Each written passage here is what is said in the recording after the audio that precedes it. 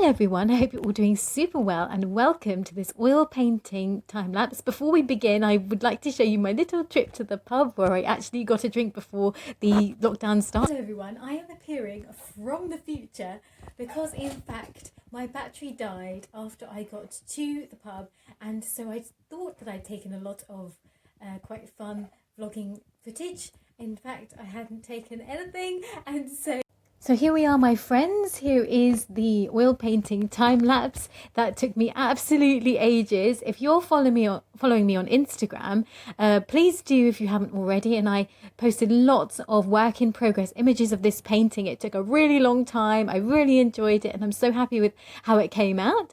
And so I do hope you like it. And of course, I will follow you back if you are a creative person as well. So in this video, I thought I would talk about art style and why it is so difficult, and what you should do if you are stuck on finding an art style. And so I thought first of all I'd talk about why it's so difficult. I really do believe that finding your art style is one of the hardest things to do when you want to be an artist. If you think about an art style, what I mean is when you look at an artist's work, their body of work, and you immediately know who the artist is just from judging their paintings. And if you take out one of their paintings, for example, if you look at it at a glance, you could be able to tell the artist. So say, for example, if you go to a gallery and you have a look at maybe a couple of paintings, you would be able to say, okay, that's a Caravaggio, that's a Rembrandt, that's a Monet, because they all have such completely differing styles. And you could even take some artists perhaps during the same era, so possibly in the Renaissance, you could be able to tell between a Raphael and a Michelangelo, and a Da Vinci from a Michelangelo, because they're just so different in the way they're executed and the techniques involved. So, and the imagination, of course.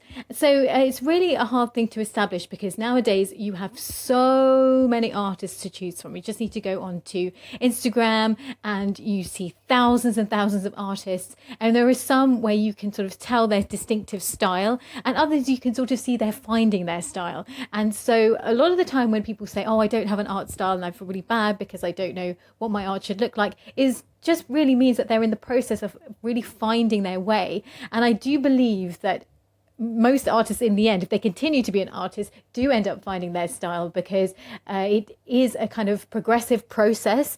And I've definitely found my style now, but my style did take some U-turns and changes, and my style has basically ended up very much like how I started painting, which was when I was doing my fantasy work on the side, when I was doing some sort of my academic artwork, and then I was also in my spare time painting from my imagination with my stories involved, with a fairy tale look, kind of fantasy look.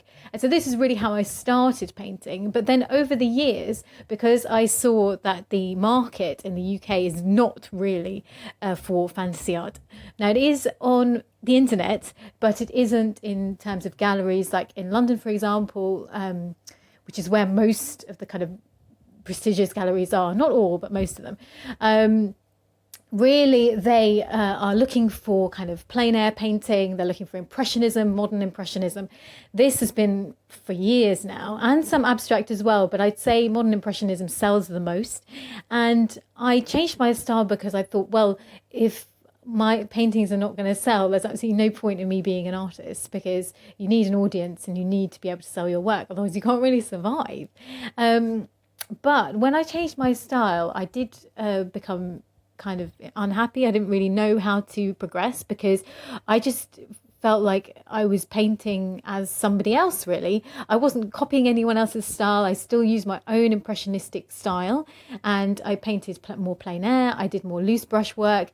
I painted in a way that I thought would be more marketable and more saleable, but it wasn't what I it wasn't the reason why I started painting, and it wasn't within me. I feel like if you don't paint how you can paint and to the best of your ability and in your particular technique, I think that you can end up basically becoming somebody else and, painting in in a way that you burn out very quickly because you just don't have any more material to go on. And so for me, I find that with landscape, I always found it to be slightly limiting in the sense that if I was to go out and paint a landscape and then I would go somewhere else and paint a landscape, I just never felt it had the longevity for my particular work, because I would go somewhere and then paint something and then I think, well, I'd actually constantly have to go outside and paint certain areas that have been painted a million times before, all these kind of landscapes that are beautiful but have been done a million times, and I wasn't really allowing my imagination to sort of seep through. And I think that that's really where my strengths lie. Now, other people, they're brilliant at painting in plein air and they're brilliant at painting with sort of realism, hyperrealism, and they're amazing at that particular style. But if I was to try and do that, I would basically sort of be forcing myself to come out of my particular ability and almost learning like right from the beginning. And so that in itself is difficult and it's not who I really am. I always felt that my ability lay in being able to transport myself and others from this world into kind of another world, and into a surreal world or a unique world or an imaginative world. And I've always had very vivid dreams, so to be able to transform my dreams into a painting was really exciting for me, and I would get really excited about a painting. And now when I'm about to start a new work, I do get really excited, especially if I've got a really fantastic idea. Now, the ideas don't flow constantly, unfortunately, but when I do have a great idea, I'm able to really run with it. So when people say you shouldn't paint what you like, you should just paint what sells, I really don't agree with that. I think in order to survive as an artist and to constantly reinvent your work and, you know, like keep progressing, you have to keep, you know, working in your area, I think, and that's how you develop your own unique style. So I really do hope you like this painting of the maiden and the fishes. I have an interesting story behind it, so as I said before, if you follow me on Instagram, you'll be able to see all my work behind it all.